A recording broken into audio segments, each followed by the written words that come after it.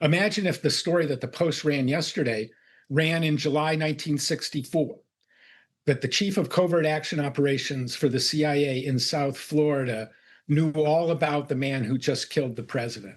I mean, the Warren Commission investigation would have been totally different. It would have been headline news. Heads would have rolled at the CIA, and we would have had some explanation for these machinations around the alleged assassin that we can only ask now, 60 years later, when we finally see, kind of what was actually going on.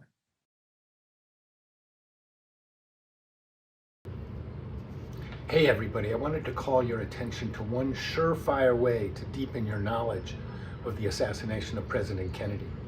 And that's to read my 3 books about the CIA, a trilogy of spies that tells how the assassination actually unfolded in the eyes of CIA insiders. You see, my work on JFK's assassination is rooted not in the literature of conspiracy, but in the history of CIA operations. And that makes all the difference when it comes to understanding the events that culminated on November 22nd, 1963.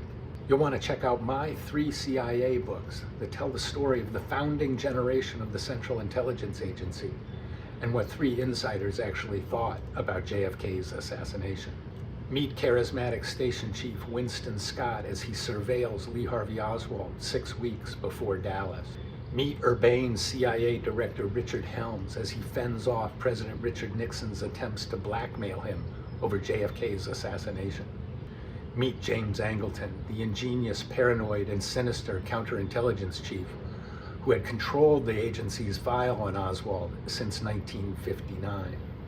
In these books, you'll see the real historical foundation of the events that led to President Kennedy's assassination, and you'll understand this event in a much deeper way. Check out my books at jeffersonmorleybooks.com. You can buy all of these books there, as well as my other nonfiction book, Snowstorm in August. So check out the Trilogy of Spies.